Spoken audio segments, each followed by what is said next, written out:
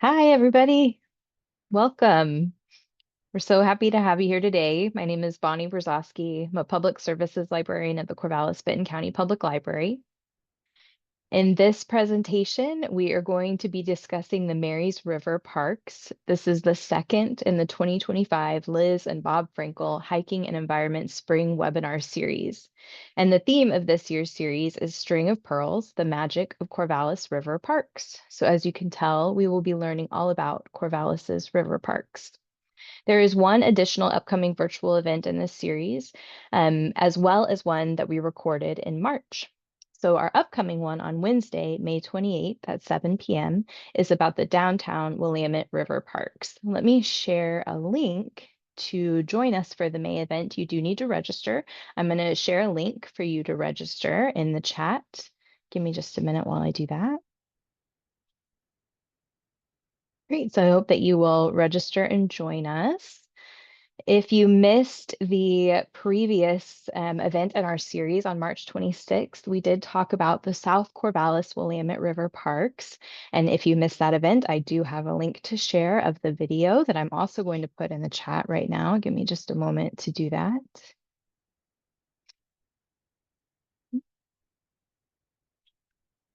There, that one is as well. So I hope that you'll take a look at those. So as I'm sure you've probably already noticed, we're using Zoom tonight. Please feel free to submit questions throughout tonight's presentation, and we will answer those towards the end of the event. Click or tap on the question mark to submit your questions, though it can look different for different devices and browsers. So our presenter tonight, I'm really excited to introduce. I think that if you have attended these events, you know him well. He's Dave Eckert, Program Chair for the Mary's Peak Group of the Sierra Club. Dave, would you like to take it away? Okay, thank you, Bonnie. Once again, this has always been a joy to work with you in the Corvallis-Benton County Public Library. A great institution, and you're a government angel. So thank you very much. Thank you. It's very All right. kind. All right. So here we go. This is going to be a program with a lot of slides. So let's see if I can do things right this time. And I'm going to just a second. Press the wrong button again. I always do this. Hold on. Share. No, that didn't work. Okay, sorry. I did this twice in the last hour. It worked perfectly for me. And now let's see if it come up. And there it's coming. And pretty soon it'll be up. So there we go.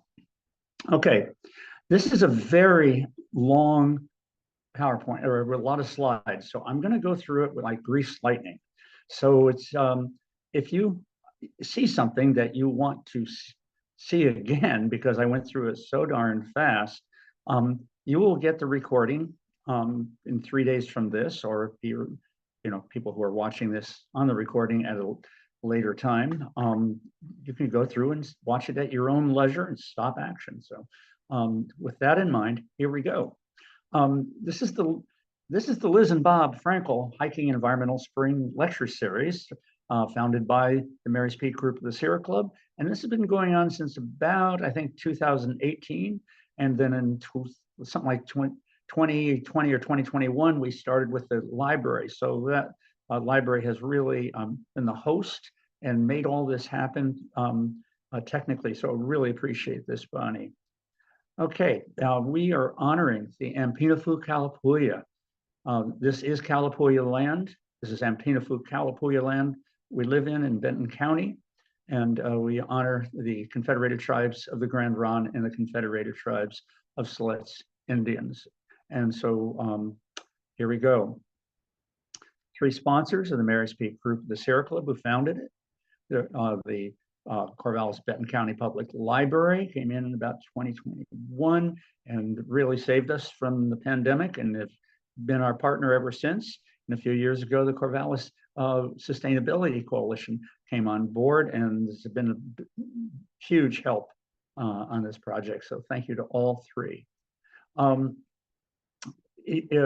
Bonnie said, you can go on the link to the Corvallis Library website and come up with the whole series.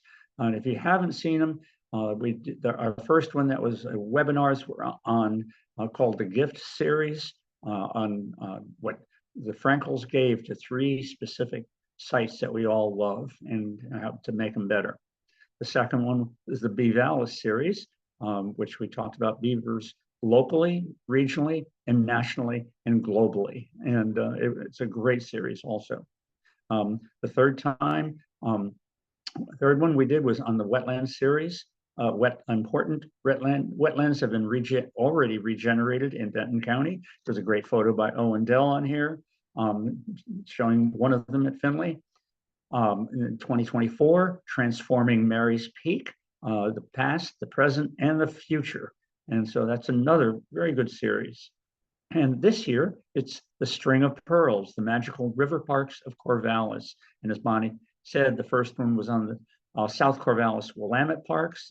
We covered 4 of them, presented by Gwendolyn Ellen, who did a great job, and the photos by Jim Stratton. The next one, downtown Corvallis, as she said, and we're going to be covering 5 parks and natural areas, some of which most people don't know about. And Rebecca Landis is scheduled to be the presenter on that one on May 28th. And this one, we'll be covering 7 parks and natural areas along the Marys River, a true string of pearls, as the illustration shows. So here we go. We're going to start going through them. But first, I want a little bit of background to give you a context to the Marys River Watershed Council. People think of they say, well, where does it start? Where does the river start? Well, the river starts in many places. The Marys River Watershed starts in that little grass mountain to the north, then on Mary's Peak, on Flat Mountain, heading south. You can see the colored stars that I put on there. And then finally at the south of Rattlesnake Ridge, which most people have never been to, and it truly does have rattlesnakes. And then but they all flow to Corvallis. So all the water from the entire area of this watershed is a sum total of the particles, particulate matter, the chemicals, the quality of the water in general, and the quantity of the water from all of these places. It's a sum total. So I'm not really recommending people swim in the Marys River. We'll be talking about swimming, but I'm not recommending it. And then, well, how did the Marys River form? There's 2 theories. One is a major theory, and the other is a minor theory that's being contested. But the general theory is that Corvallis was under the sea, and the Cascades were in existence because of the subduction zone and the volcanic result of that subduction zone. And so Corvallis was underwater and had a sediment layer there on the ocean floor. And then the Coast Range started uplifting, and things changed radically until the water was cut off, and the Marys River started flowing down the mountains, such as Mary's Peak, and it was formed that way. An alternate hypothesis, and again, this is one that is contested a lot, but it's possible, is that the Cascades were formed, like I said, but there was a river flowing down from the Cascades and went all the way to the ocean, and that would have been the Marys River, all the way to the ocean. And then when the coastal mountains rose up, it cut off the Marys River, and the Marys River flowed down like it does from the high peaks that I mentioned to you. And on the other side of the coastal mountains, it was the Yaquina and also the Alsea River flowing to the Pacific coast. The first good map that we have of this area showing the Marys River showed that the source of Marys River was Mary's Peak. And that is significant. At that time, they called it Mount Snelling. That was about a 3-month period. It was called Mount Snelling. But it was, but they flowed down. And the reason they would have considered that is that there was snow for 8 months on Mary's Peak every year. And I would later found that it was up to accumulated of 50 feet in accumulation. And if you can imagine, that's the runoff. So the runoff was not only more, but it also lasted longer at a high level throughout the year because of the snow melt. But even a few years later, they started doing more survey and said, well, there's a lot of sources to it. And so it got more complex. But now we think it's not Mary's Peak. It's just a minor creek, but that's because we have a dam up there that holds back the water, and we use it in Corvallis and a little bit in Philomath. And because a Goodyear now has 5 feet of snow. So let's go to Herbert Farm. This is going to be the first park natural area along the Marys River. It's far further to the south. It's about 3 miles from the Marys River in downtown Corvallis. If you go straight south on 99, turn to the west on Herbert Avenue, and you'll come to the city-owned Herbert Farm and Natural Area. And it's 221 acres, shown in the green there. It was acquired by the city in the year 2000, resulting from a bond issue, a local bond issue. And it's on the east side of the Marys River, but it's also on the east side of Muddy Creek. There are no official trails there. They're kind of deer trails and human user trails, but not officially made. It is really a pretty natural area. And this is where the Muddy Creek, which converges with the Marys River, and Muddy Creek comes down from Rattlesnake Ridge. And so anyway, that when so there's a lot of water in there. And when you're coming off of 99 onto Herbert Avenue, you will quickly come up to a farmhouse on the left. That's the Herbert family farmhouse. Please do not bother them. That is private. Please do not disturb them in any way. Really deeply appreciate it. They did a great thing on selling their property to the city, and we want to respect that highly. They still do farming on the remaining land. Just past the farmhouse, just past these trees, you'll see, you can't really see it very well in this shot, but I circled it, and there's a kiosk in the first parking area. So you can pull in there and get some information. But I don't recommend parking there unless the whole place is crowded, which it rarely is. Do not park along the road. Please do not park along that road at all, because there's a bird that's rare, and there's tempting a comeback in Benton County called a streak-horned lark. It nests literally right along the roadway in those little places that you would want to park. So do not do that. I can't emphasize that enough. So there's that first kiosk with all kinds of information and maps, and that would be important to see. So like I said, this is where the Marys River and Muddy Creek come together. So there's a lot of water in here, especially, of course, in the fall, in the winter, and the spring, not so much in the summer. There'll be a crossing you have to go over if you want to see the Marys River at all. There's a second parking space, which I've pointed out with the arrow there, and that's why I recommend you park. But the natural area has a lot of wetlands when you enter. Of course, the inundation will go away in the summer, but it's just wonderful. And there's been a lot of good work by the Institute for Applied Ecology with help from the Fish and Wildlife, National Fish and Wildlife on there. And so there's riparian forest. The wetlands have been planted with rush and camas. You can't see the camas much.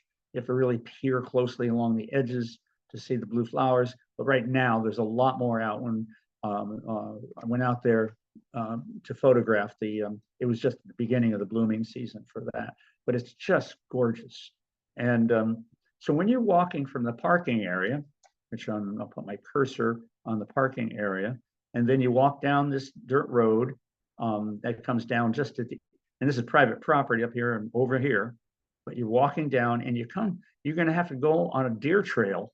So you have to be alert going to the right, and it opens up into a little road once you get past that first deer trail area, and you're crossing a human-made ditch that's it's a draining of a part of the Muddy Creek to the Marys before the Muddy Creek gets to the confluence, and that was to help farming in the past to keep it from flooding.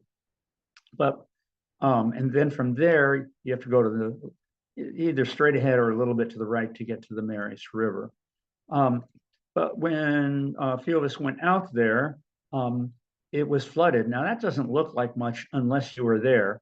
And to the right of the picture, that is rapidly flowing water. So it was really, this looks very gentle and not deep. This is very deep, and it's very dangerous to cross. And I recommend nobody cross it when it's full. But it may be dried up by now because we haven't had rain in a while. So it might just, I'm sure it's probably dry, and you can get across and you see the road going up, which becomes a deer trail again.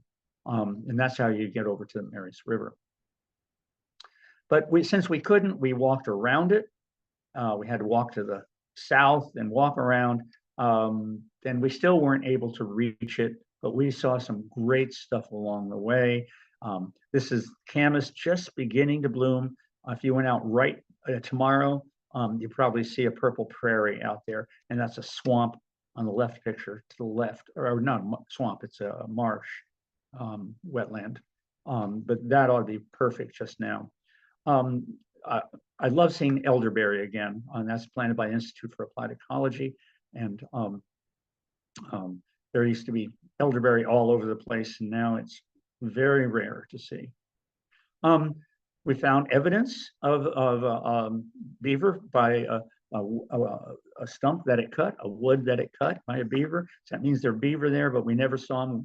So I put a wood cut that was made by one of our team members on the water action team of the coalition, Lee Sherman, and she made a beautiful beaver, since I never saw one out here. So there's her wonderful illustration. Like I said, Muddy Creek, which we did see that day, because we could get it. It runs through farmland, Finley National Wildlife Refuge, and Herbert Farm Natural Area before it gets to the Marys River at this place. So I think if you'll have a better experience out there, seeing flowers and getting to the Marys than I did that day. But the confluence is hidden in the woods. It's not an easy find. There's no real good trail to it. And the woods are filled with poison oak, so there is a detriment. So my hope is that one day there are good trails. So that's part of the vision for my vision. It's not anybody else. My vision is that eventually there are funds that arise from magical places, and there are good trails that are done in a sensitive way for the environment, so that we can make it to the Marys River easily. There already is a Kalapuya presence out on Herbert Farm. I will not go into that, but I hope that's extended and becomes more prevalent. And I hope the beaver who are there do their work like they should be doing in helping the creek and river become more hydrologically functional and ecologically functional, and from water quality better. We're going to quickly move on to Caldwell Natural Area, and that is to the northeast along the Marys River. It is 36 acres on the east side of the Marys River. It was acquired in 2002, 2 years after Herbert Farm, and it was funds from the same bond issue. There is currently no public access because all access is either through private property that does not grant access, or you have to swim across the Marys River, which I do not recommend. And so the only way to go is being escorted by a city staff, which I was fortunate enough to experience and go out there. And it's an interesting place. So again, it's bordered by farmland, and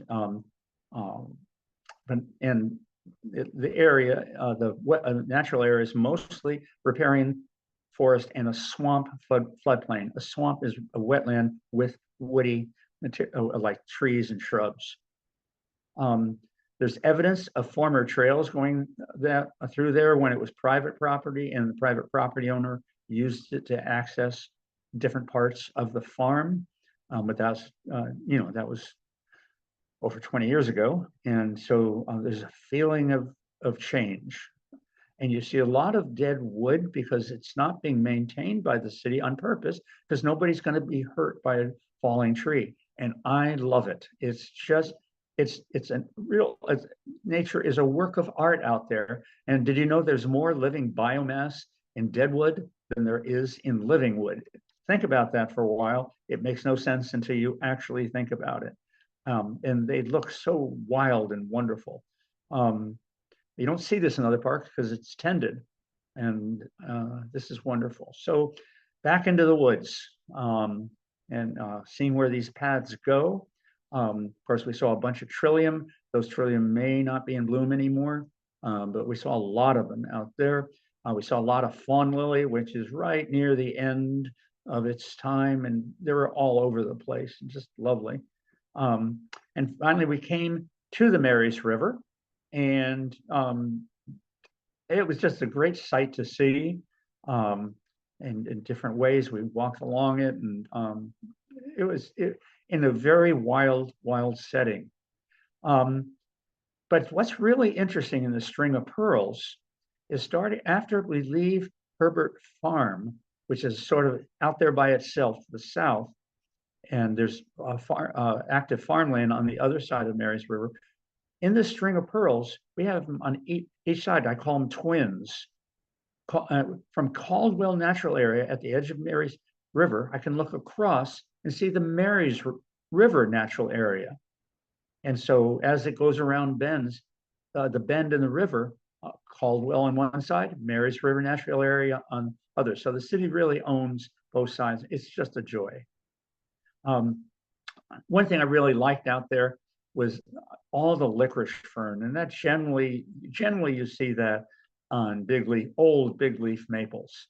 And licorice fern is a great fern that grows right in the tree, tastes like licorice, and is used for teas and everything. But you don't see it much in the tended parks. I think of this as river art. Look at that tree, and you have to see it. I mean, if you saw it live, it'd be even better than these. I'm not the real photographer for this show. It was whenever my photographer, Jim Stratton, couldn't come out.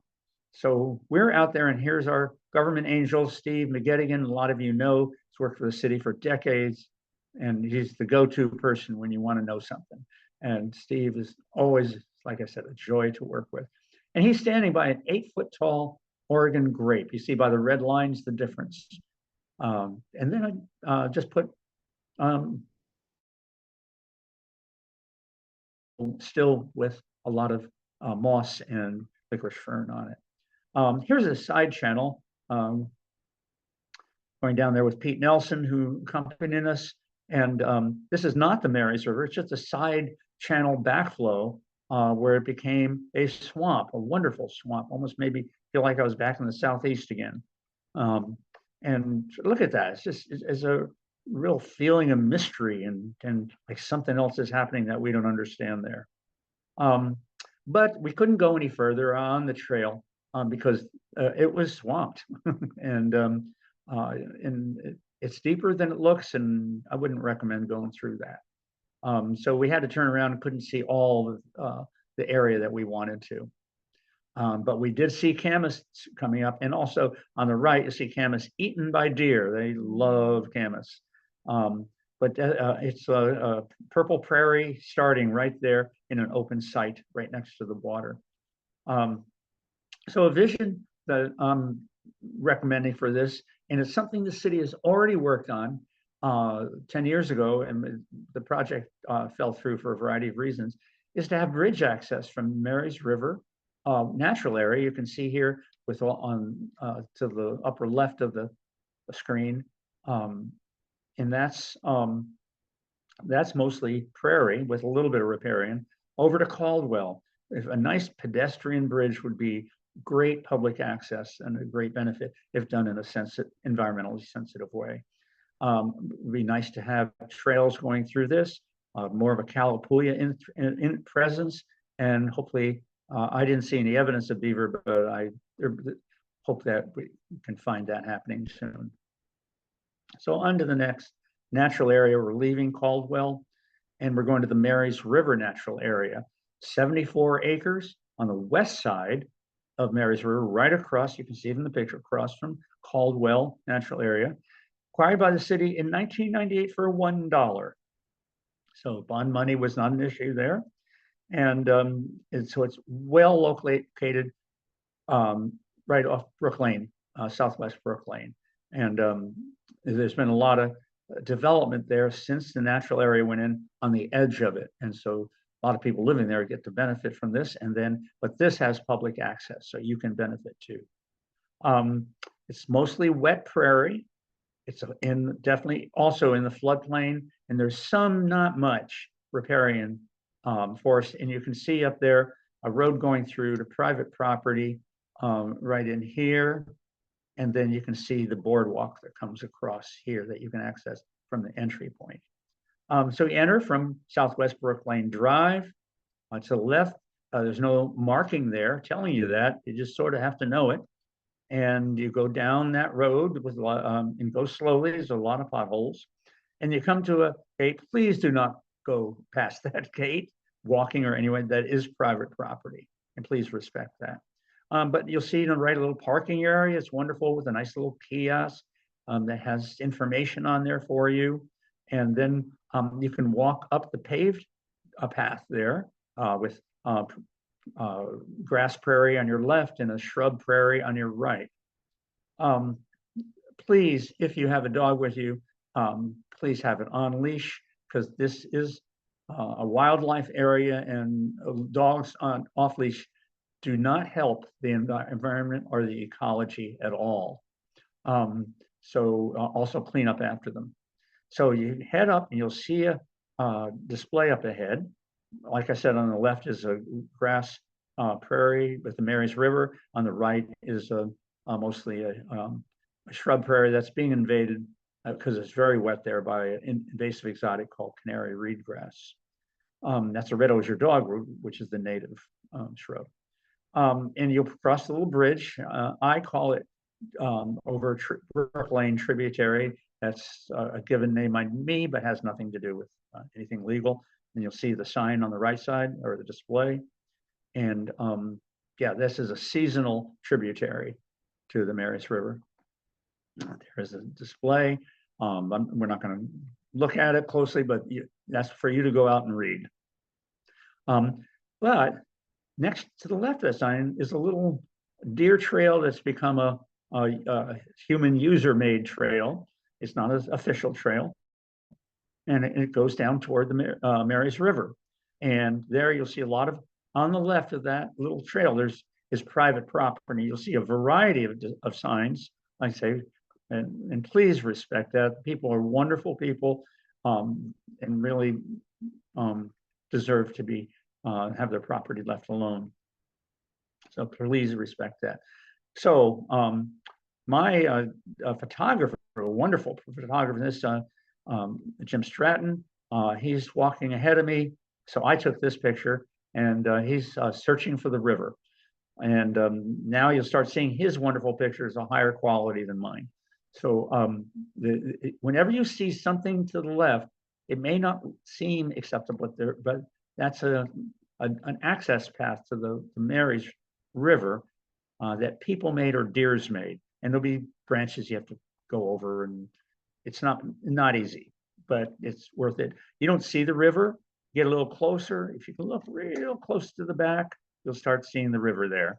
And then it opens up right at the river, and it's a great view and a great place to be.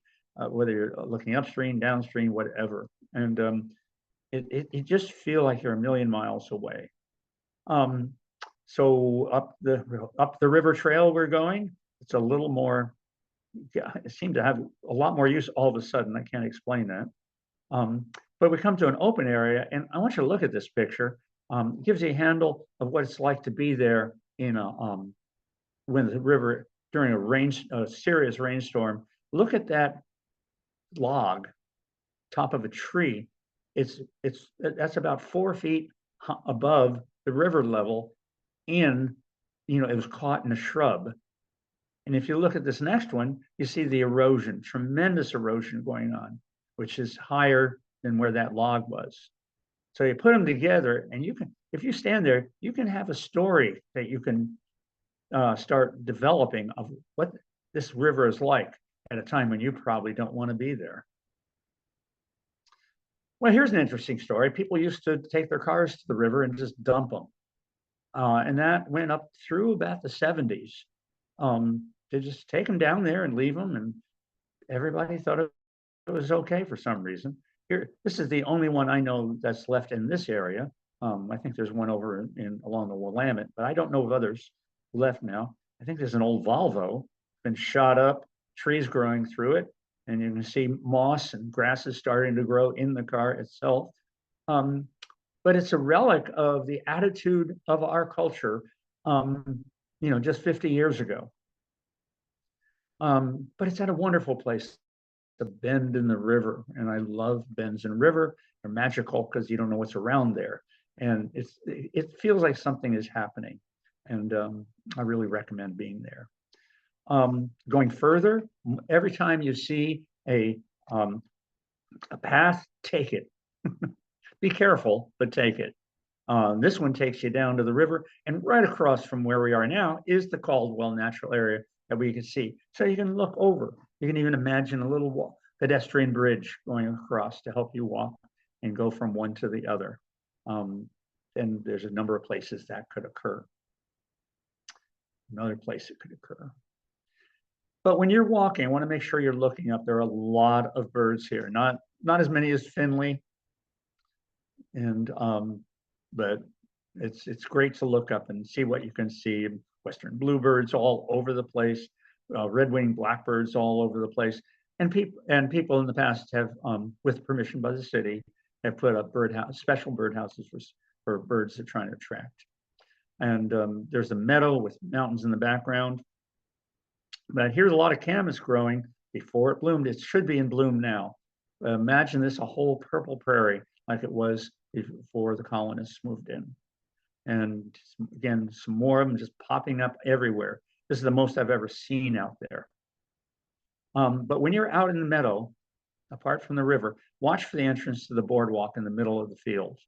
That was where the money, that was a phenomenally expensive to build.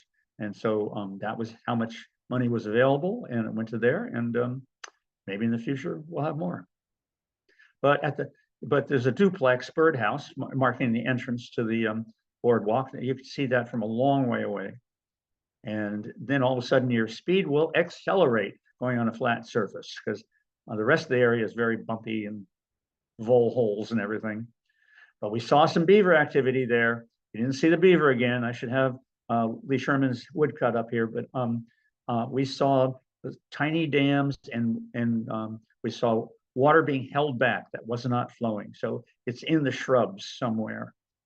So we're almost back now. We're at the end of the boardwalk. We hit the paved path, and we go back to the parking area, and there's Jim's car waiting for us. So my vision for the future is more official trails that the city not only blesses, but builds and maintains in a way that is other parks. Again, we have a Kalapuya presence in this area, more beaver, and I think we could have a kayak landing there. And I won't go into that, but if people are kayaking the Marys, it'd be a great place to have a reprieve. So let's move on to Avery Park Natural Area that I'm sure, but I'll show you a few things. I'll start with things you know already and maybe a few things you don't know. So that's 75 acres, okay? And a lot of people don't realize how long ago it was acquired. 1930 in two parts of land, 1938 and then 1954. This is an illustration by a person many of you know, Phil Hayes. He did this back in, was it 19, I can't read that, 1993 or something like that. And so that's on the city's website, so I felt comfortable using it. So you can look at the different parts of it. And but I want to show you something. This is a GIS map that was made by some OSU professors from a survey made in 1851 of the different kind of vegetation that was there. You'll have to come back to this to look at it later to understand it.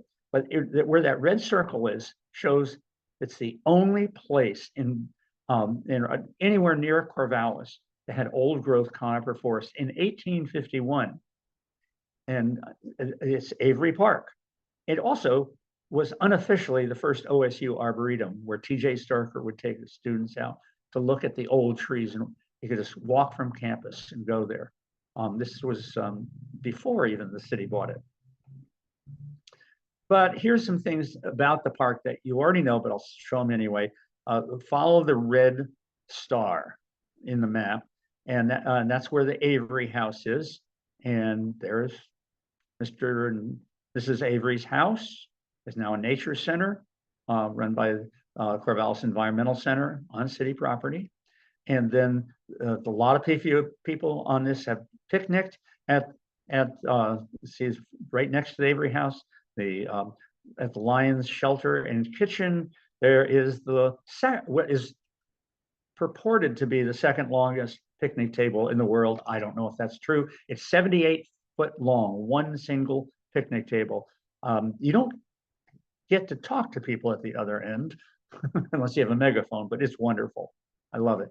And then an area that most people don't know is we have one of the few competition level horseshoe courts in the region. People come 50 miles away to play horseshoes at this court, tucked away off that road there. And you can also rent horseshoes from Parks and Rec, from the Recreation Administration building, and go there. It's really more fun than a barrel of monkeys. So try it out.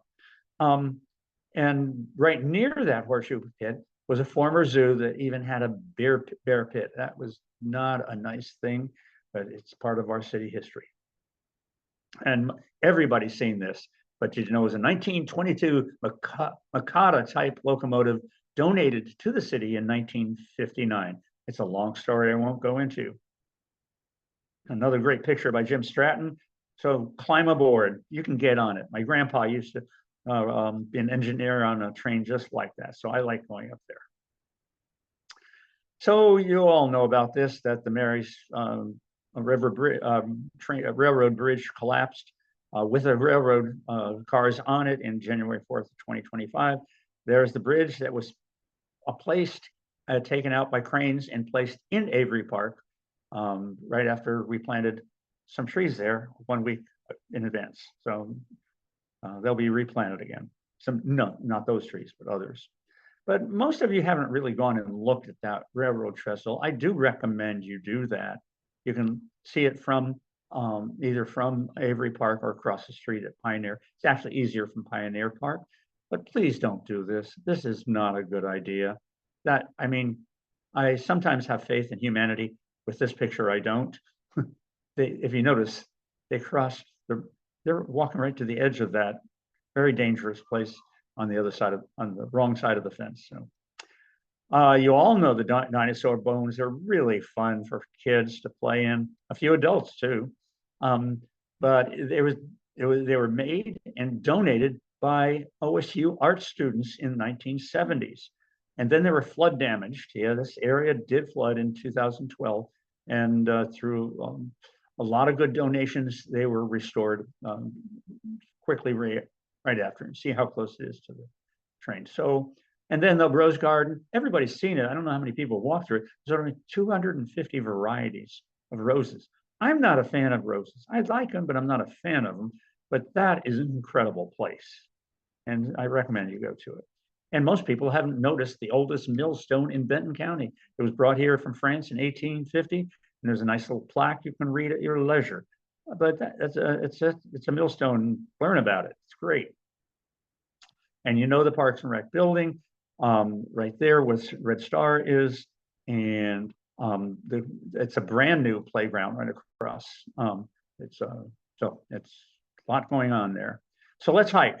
Let's go along Mary's River, and you can see where we're heading. We're going to head, what would that be? That would be southeast on the road from the Parks and Rec building.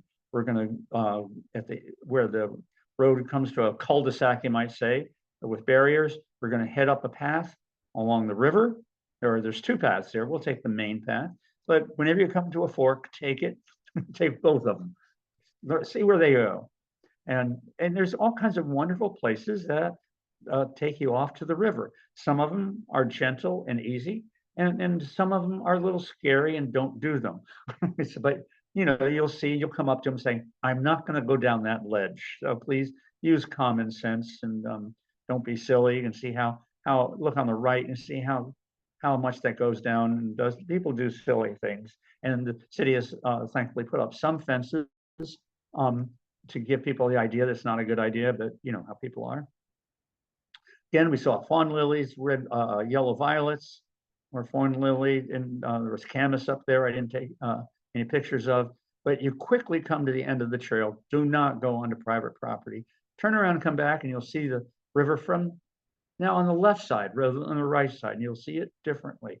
But most people have not gone off the trail, and there's some wonderful side trails that I'm not going into because they're not on the river. But there's so many trails, you can almost spend all day there just kind of walking around. But we're going back toward the rec center, the Parks and Rec Administrative Building, and go in that place, little area where there's points right there, and we're going to head down to where the star is on the map. We're going to go between the property yard and the administrative building. It looks like there's no sign, nothing telling you anything. It's a little paved path, and just take it. And then all of a sudden it turns into a soil gravel path, and there's a fork, so take it. I'd start by going to the left. Going to the right is a cutoff that cuts off a wonderful piece of path and adventures for you. So the first time, go to the left, and you'll go down to the river. You see the trash cans there. You go to the left, you go to the Mary's River swimming hole. And I recommend going to it. I do not recommend swimming in that Mary's River because I know a little bit about what's in the Mary's River, and I would not go in that. And there's other reasons, especially in the winter, the flow is stronger than you think. But it's a great place to hang out.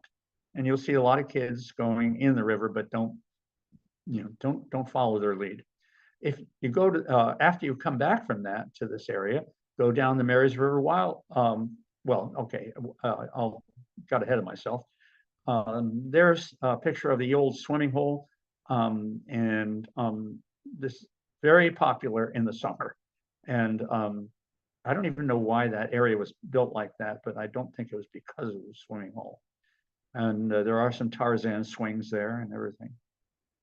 But if you go back the other way, like I was showing you, there's a wildlife trail, and you'll go up and look for hazel shrubs if you know what they look like. And on one of them, there's a path. This is a favorite place of mine.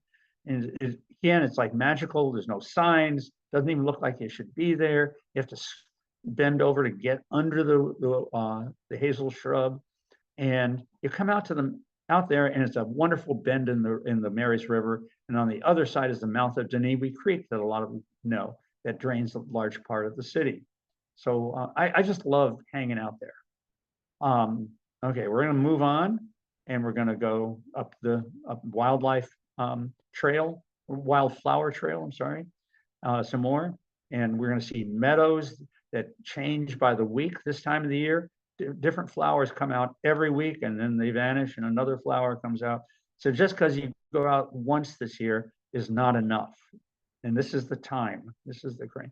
And you see meadows, you see big leaf maples, hardwoods, and you see conifers in here. And and try to figure out why they're there. You know, why is it a meadow? Why is it just conifers? Why is it just hardwood? Wouldn't see there's another fence put up by the city to keep people from going into dangerous areas.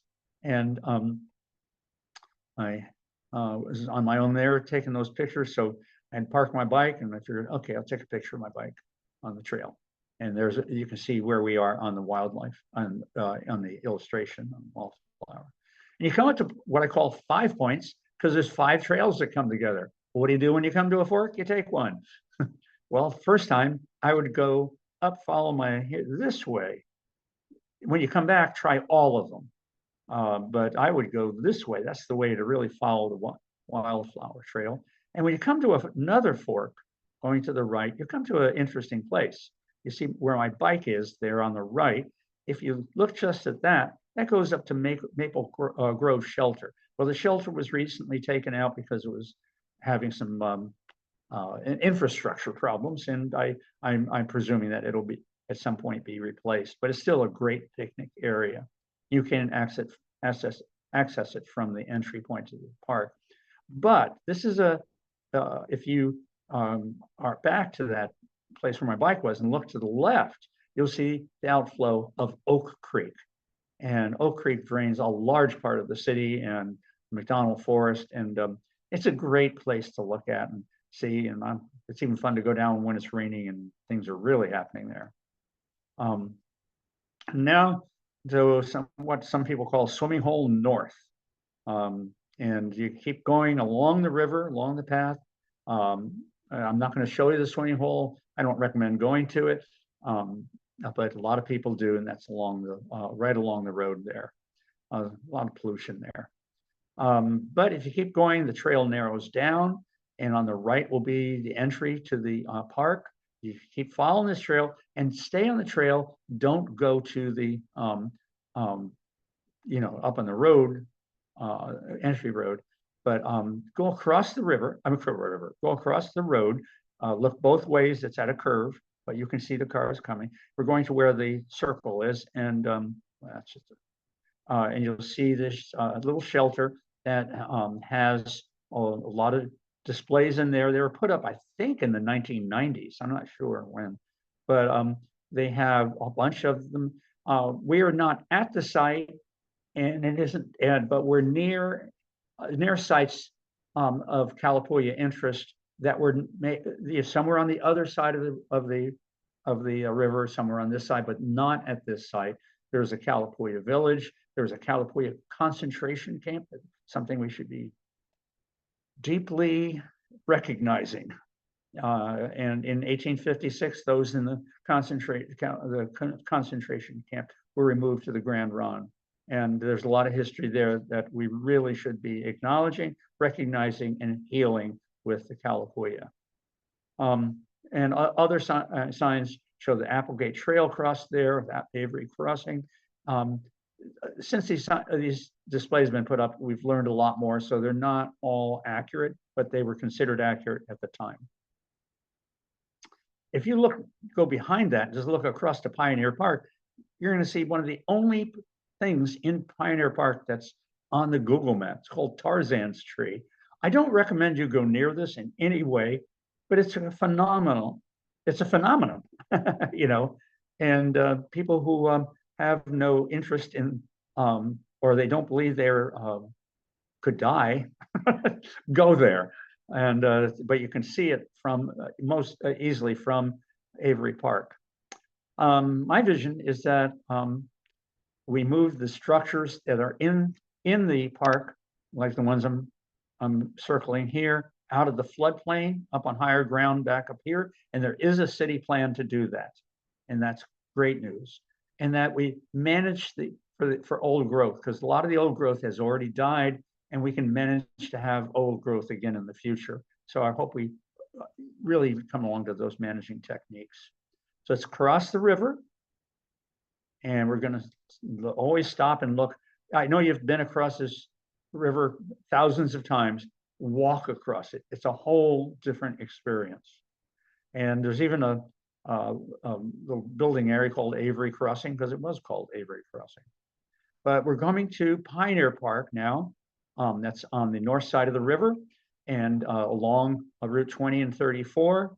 And it's 17.7 acres. You see the Google map has the Tarzan tree on there. And when you look at, you can see what the vegetation is like there. This is private property, and then you're coming on it, and these are all the bridges that cross.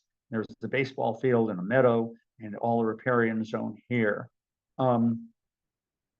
So you cross, you make sure you're coming across, and there's the crossing from Avery Drive going, now you want to go east on the bicycle multimodal path.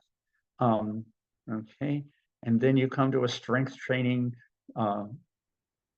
game field, and you just have to see that too. There's things from the 70s and 80s that were popular, and they don't get much use anymore.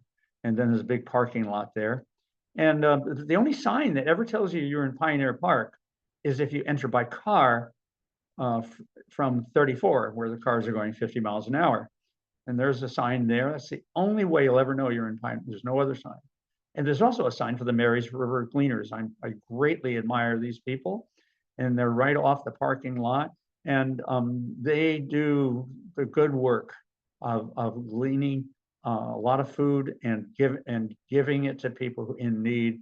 And it's run by one person, and they have hundreds of volunteers. And if you've never heard of them or don't know anything about them, find out about them. They're just well worth it, and they're located right there by the parking lot, as shown in the illustration. If you're walking along the trail there and you stop and you look up, you'll see the bridge you just crossed. And there's the Tarzan tree. It doesn't look like much from this side, but and you can look on the left and see you're right across from the Avery Park interpretive kiosk we're at. Now you walk down a little further. If you look closely at this film, this photo, you're going to see a bunch of things. You're going to see a row of trees, end of the parking lot, and multimodal path. On the left is a baseball field.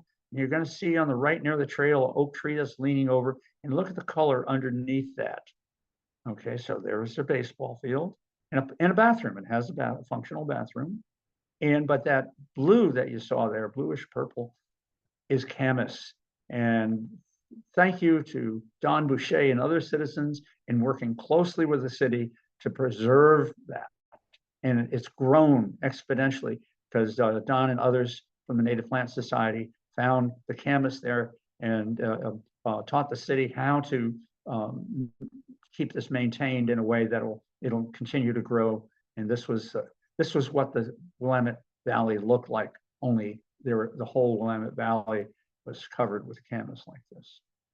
There's your view of the collapsed trail of the bridge. Go see it walking. I mean, or if you're on bike, stop your bike and explore it. It's a long story, and look at all the different components. It's really worth 15 minutes of your time just to look at this thing and from different angles. And there's looking back at it. There's a big meadow a lot of people know, but few people use it. I won't go into how it's being used. That's not part of this talk, but it's mostly unused. If you look across, and by the way, I'll go back, all of that is in the floodplain. That floods during big rains. It's just inundated. So you have to be careful what you're using it for. If you look across the river, you're going to see riverside dwellings going right up to a cliff. Kind of reminds me of when I lived in Southern California, and people just built right up to the cliff. And if you can see how steep that is, it's quite phenomenal. I mean, that building is right at the edge, and that might be 20 feet tall, and that is eroding and will collapse. And it seems like somebody should do something here. Here's right, we're going to go under the bridge, and you're really close to the river here, and you can't get here when it floods. So enjoy it while you can. You go under a variety of underpasses, and your last view of the Marys River from Pioneer Park, and you can get real close to it there. And but as you're leaving, I want to say a vision that I'm having for the future is that we extend the Camas fields. We extend the old growth riparian forest. That riparian or Riverside Forest is not wide enough to have a healthy stream, healthy river. We need it wider, and we can do that. We can still have the multimodal path, but widen that. And we need greater cultural uses for this floodplain. There are most things we can't do here, but there are some wonderful things we can. And this was, remember, purchased back in 1915. So we've had this a long time, over 100 years. Going into South Corvallis now, you can see the 34 coming in there. And we're going to go first go across the Marys River on the bike trail. And that's on the right is looking east. On a clear day, you can see mountains in the background. And on your left of that picture is a Shalawa Point, and on the right, that's land owned by ODOT. And so that's the part that floods a lot. But if you keep going up to Chapman Place and then turn off, there was a little bike trail there, and you can go through there, and you can see by these yellow lines where ODOT is and where the city owns it. This is private, and this is H&V industrial, but here's the line, and we're coming right up to the Marys River. And this used to be called, it was acquired in 1967, and they call it the Pioneer Boat Basin. There's an actual boat basin there, a boat ramp, and it's small, it's 5.8 acres. It's a wonderful place, and it's literally right across from Shalawa Point. But anyway, here's the BMX track. Not too many people use it anymore. It was popular back in the day, and there's a kiosk, but it gets very minimal use now. Mill Race goes through here. Lee Sherman took this picture, and it's actually a great refuge for fish migrating up the Marys River during floods.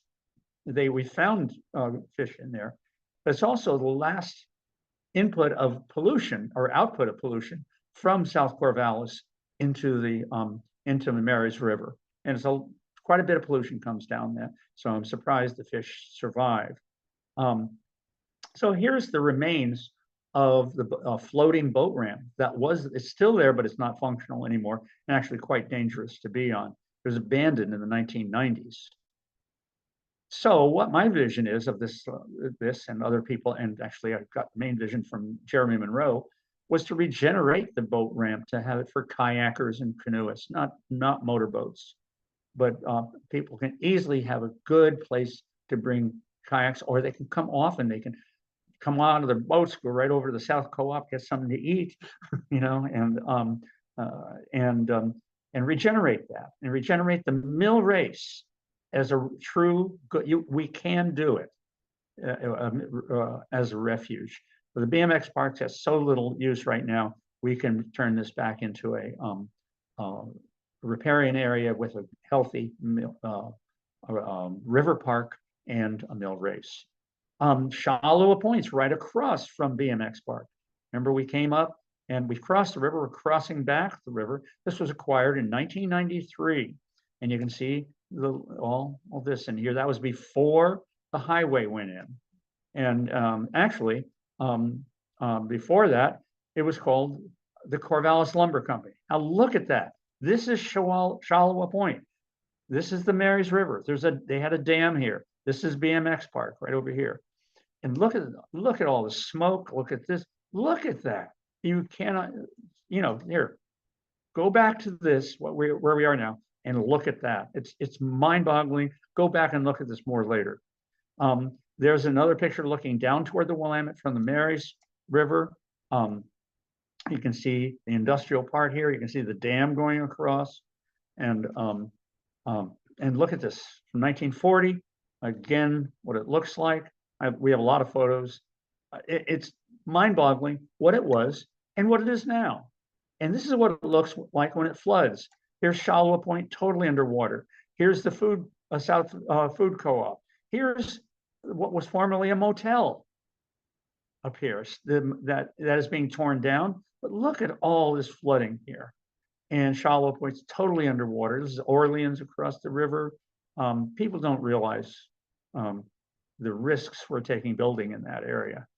But what is Shalawa? What does that mean? Well, Ashawal or shawal means tarweed. It's a Madia sativa is a Latin term, and the seeds are probably the most important first plant food of the Amphinophylla calipuia, according to stories.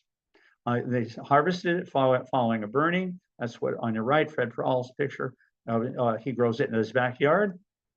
It's a member of the sunflower family. And there was a man who was born somewhere around 1854, 55, and he's the last native-born Amphinophylla calipuia ever born here on this land, and born native speaking, and his was called little tarweed or Shalawa, and that's why it's named Shalawa. And he became our principal source of knowledge of Amphinophylla culture. That's a long story. We even have a program on it on one of these series. Now, this is when you come into Shalawa Point, that's how it's pronounced, Shalawa, but the Calipuia has it without the H, and they pronounce it the same way, but don't use the H. And that's the beginning of the Corvallis to Sea Trail, which is a whole other story. And this is the only park that has businesses near it. You have the Wild East Bakery, which is a great place to go to. It says the Pepsi bottling company, that used to be, it's now more of a meditative yoga studio. And to the right, you can't see right now, but that's a skateboard park. Why would you have a skateboard park there? Because there's a skateboard park. I mean, and so anyway, here's something most people don't know, even though they passed it 100 times. There's a Shalawa Point gateway. It has a blue heron and an eagle on it. And we've gone by, I went by it probably 300 times before I ever noticed it. And it's very cool river art, extremely cool. Whoever did this in 2002 needs to be honored, to honor the blue heron and the eagle. Okay, we're getting near the end here. And so this is what it looks like from the Wild East Bakery. If you're looking, you see on the left and in the middle are skateboard parks under the overpass. You see the dog park to the right. And so, yes, it's a very active dog park. There wasn't many at that moment when Jim took the picture, or I took one, Jim took another. And but man, that is used heavily. And this is the new skate park. You have to see this to believe it. I watched it being built, but it took me a while to actually walk up there. It took my breath away. I think these people are nuts. They are very brave, if that's the right word. The things they do, like this kid right here. I mean, how do you survive? I don't know. It's wild. You really have to see it to believe it. There's the other one that's more tame, but they really want to have a professional level skateboard park, and boy, did they get it. There's a basketball court. There was a commemorative to a young man who passed away unexpectedly and way too early in life, and he was really deeply devoted to learning Calipuia culture and loved the rivers. And so his family put this up to honor the Calipuia up there, and that's right by the, you can see that wherever you go in the park. And then there's a plaque that almost nobody knows about, was just cleaned up a little bit, and it looks like a planting area they're putting it back. So I have no idea. I've asked a lot of people, nobody knows what's going on. But it's interesting to read. It's kind of old information that it's not now not considered entirely correct, because a lot of research has been done since this plaque was put up. But it was the knowledge of the time and has good information that's still valid in there. But I think it's time to change that, and I'd love to work with somebody on that in the Grand Run to get that written in by the Grand Run themselves. So we're pretty much done going out of here, and let's walk around here and we'll get out of here. We're going to go around the loop by the Marys River, and there's my thumb up and never left. So that's not Jim taking a picture, that's me. And so walk around this. If you're riding a bike, stop often. And there's great views you can see, and on both sides. That's the ODOT property across there. And there's the meadow in the middle. Remember what this looked like? This was all heavily industrial, and the city has changed it, done a good job of planting trees, there's even camas growing in there. They've just widened this trail going down to a very, very special place. You take it down to the river, and you're at the confluence. You can see the outfall of the Mill Race, and there is the confluence. And it is just a very peaceful place to be. And sometimes there's some people down there, and much of the time there's not.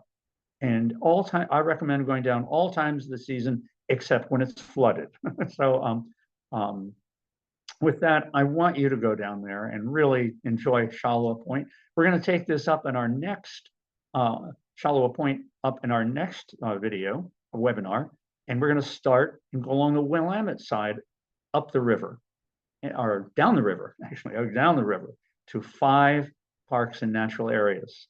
So stay tuned, and we'll see you next time. But before we do that, I want to give you a vision for the future. I would love to see a tarweed patch or a shawal patch there. And I'd like to see a shawal festival. McMinnville has a camas festival.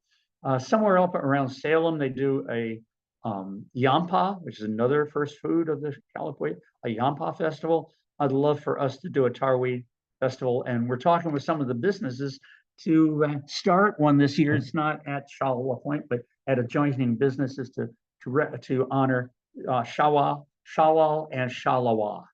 And there's a Calapooya canoe family project that is starting to have Calapooya and other cultural indigenous canoes on the river here, and that will change the whole way that Corvallis sees itself. Stay tuned for that information. Working with OSU Indigenous Studies program. So, thank you. Let's stop sharing this and go to see if there's any questions coming in to Bonnie. Yeah, we do have a few questions. Ruth asked one early on in the presentation, and thank you for mentioning kayak landings. I'm new to the area and have wondered if people kayak on the Marys River, and if so, where do people put in? Yes, thank you. People do kayak on the Marys, but it's quite treacherous and not always comfortable. I have done it, and you don't want to go this season when the water is high, because there's a lot of snags in the river that you don't see, and you could really do some damage to the boat and to yourself.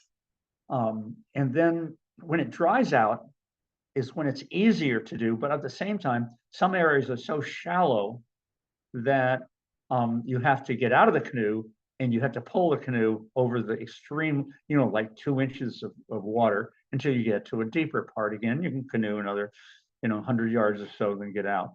And there's also trees across. I mean, nobody maintains it. I'm glad nobody maintains it, to remove them. It's a very naturalized stream. But I think it's worthwhile. I think it's a wonderful experience to kayak down there during the proper seasons. Summer, early summer is really good. Late summer, the water's so low, it's difficult.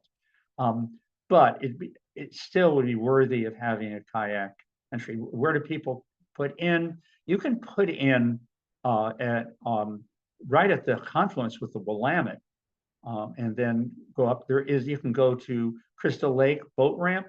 That's a little tricky because the current is really tricky there when you put in.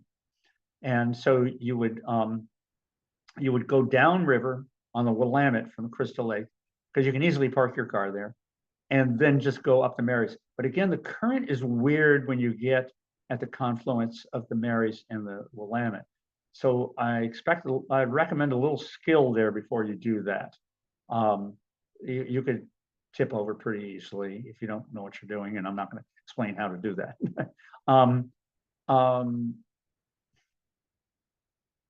Other people have put in way up river, but everybody's complained about it because they have to get out of the boat so many times so that's why I think, oh, you could with difficulty put it in Avery Park at the swimming hole. And you can go upriver or downriver from there.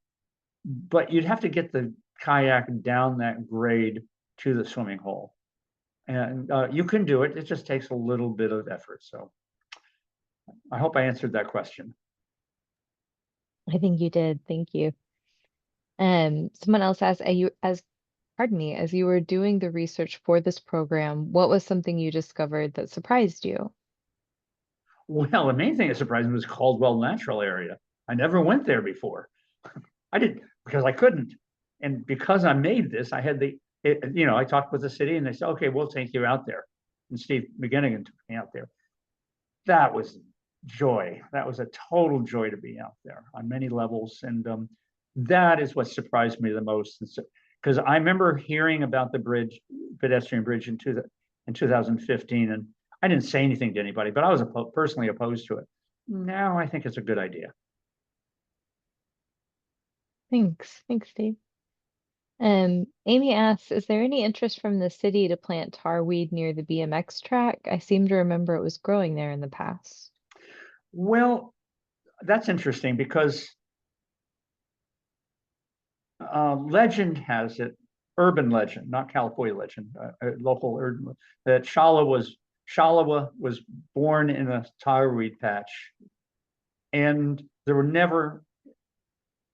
I don't think there ever was tarweed naturally growing in what's now Shalawa Point. It would have been in South Corvallis on the higher ground. And I don't know if he was born in a patch, who knows? But yes, that did have tarweed. I don't know the answer whether the city be willing. I think it's a great idea, but tarweed is a challenging plant if you live in our culture. It's sticky. It's called tarweed for a reason. People don't like touching it when it's in its mature form. And also it is, even though it's a native plant, it's endemic to this area. It was all over the place. In very few places now. It spreads very quickly and people get very upset. It doesn't take over the environment because it can be easily taken over by other invasive non-natives. But I think it's a great idea. I think we should have tarweed on BMX Park. I think that would take some very serious planning to make sure it worked. And we don't have a lot of knowledge on tending it. That will take a Kalapuya presence. Thank you. Amy also asked, do you have any info on Ryan Creek, the creek that runs underground by Willamette Park and Goodnight area? Yes, I do, but that's not going to be the subject of this talk. Sure. A few of us will be at the Open Streets, which I think is June 29th. Is that right, Annette? June 29th is Open Streets. I think it's a Sunday. And we're going to have, that's a city program in South Corvallis. It'll start at Lily Park and go to Willamette Park. And we're going to have a table with pictures and information about Ryan Creek. So go to Open Streets on the 29th. Great. I want to give the audience a chance to submit more questions. I don't have any more questions, but I had a question for you, Dave. Is there a place, like a spot of the places that you talked about tonight that you tend to go to the most or that you have spent the most time in? It's hard to know about the most, but Sure. I've liked since moving here the confluence of the Willamette River and the Marias River. That to me is so special. I know this got questioned. I mean, going back millennia, that's a special place culturally. And so to me, it's not just a pretty place. It's a place that has great meaning. It's seen great changes. It's seen a lot of human history there. And I mean, I like to know about the things that I like and things I don't like. And I can just feel it there. And there's a lot of power from the river itself. So that's, I think, and that's telling me I like another place, but I'm not sure. Oh, okay. Um, Avery Park, walking along the river there is, it's so easy to get to, so shallow a point. It's so easy, it's so pleasant. And when you take the back trails, there's almost nobody there except an occasional runner coming through. And this time of year, it is so nice. Herbert Farm is such a gorgeous place, and thanks to the Institute for Applied Ecology and members from the Grand Run, and of course the city, for making a special place. And right now it's very hard to get to the Marys, and because you have poison oak and you have, you know, shrubs and stuff, and so you have to be quite the adventurer to get there. You have to follow the deer trails and know how to do that. But that's just a special, and every one of them is special. I mean, especially if you know the time of year to go, and it depends on what you're looking for. I mean, every one of those. I mean, right now, BMX Park is one of the least favorite to go to, but it should be the most. It should be the most. And we've let that, to me, that's a great disappointment that we've let that deteriorate in a way that's not appropriate. But there's all kinds of funding issues, and there's, you know, there's so many reasons that are valid as why that's happened. So I'm not complaining or criticizing anyone or any agency or anybody, but as a community, we've let that go. And Annette asks a follow-up, why do you think the BMX park is so important? Well, culturally, probably that side of the river was more important culturally, Calapooya, than the other side. I mean, which downtown, I don't know as a fact, this is my understanding. There, you can see an angle on things from there, if it's right, that you can't see from other places. It would be a wonderful place to put a kayak or canoe in there. If ODOT could maintain, they have no funds for this, that their land that lives next to it, and make it a healthy forest again, it'd be a wonderful place to have a riparian forest right next to a prairie. And it's in a very small area. I mean, they're all very small, but it's so concise. And then you just go over to the South Co-op and eat and drink to your heart's content. I like it. Um, okay, Carmen, I love your enthusiasm for our natural areas. Thank you for your presentation. What is it about Rattlesnake Ridge that attracts rattlesnakes? Are there many rattlesnakes in other areas of Corvallis? Well, one is outside of Corvallis. It's at the southern border of Benton County. So it's not in Corvallis, and only a portion of it's in Benton County, and the other part is in Lane County. I do not know why there are rattlesnakes. There's two, and they're not rattlesnakes anywhere else except Rattlesnake Butte, which is in Lane County, immediately to the south, that I'm aware of. Now, I'm sure other people have experienced them, but I've never even heard of any rattlesnakes other than Rattlesnake Ridge and Rattlesnake Butte. And the Confederated Tribes of the Grand Run now own Rattlesnake Butte, because rattlesnakes are very important culturally to them. And that's the only place they can go and legally harvest them, you might say. And the people who live on Rattlesnake Ridge, I'm not sure how much they appreciate the rattlesnakes. I don't know. I've never asked them.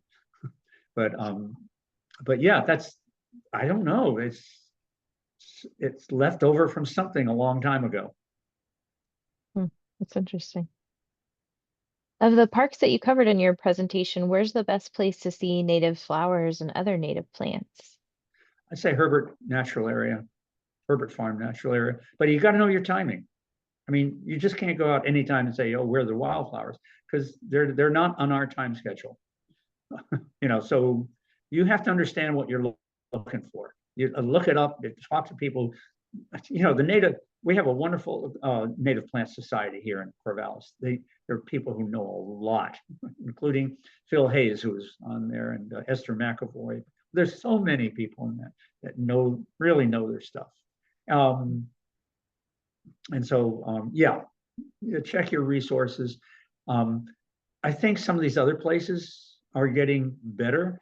You can see Willamette Valley, at Willamette Park, you can see them. You can see them at Mary's River Natural Area. You can even saw them at Pioneer Park, which really surprised me. But you timing is everything. Oh, Avery Park. If you go on the Wildflower Trail, but again, and apparently there's not as many wildflowers as there used to be. I heard from a person in the Native Plant Society that prior to a flood that occurred, I think in the 70s, when that whole area flooded, it never quite recovered the wildflowers. And there's still native flowers there, but fewer. There's not as much diversity there as there used to be. Thank you. Are there many places along the Marys River that are adjacent to people's homes? Yes. I'll leave it at that. Yes, there are. I don't recommend living next to the Marys River. It's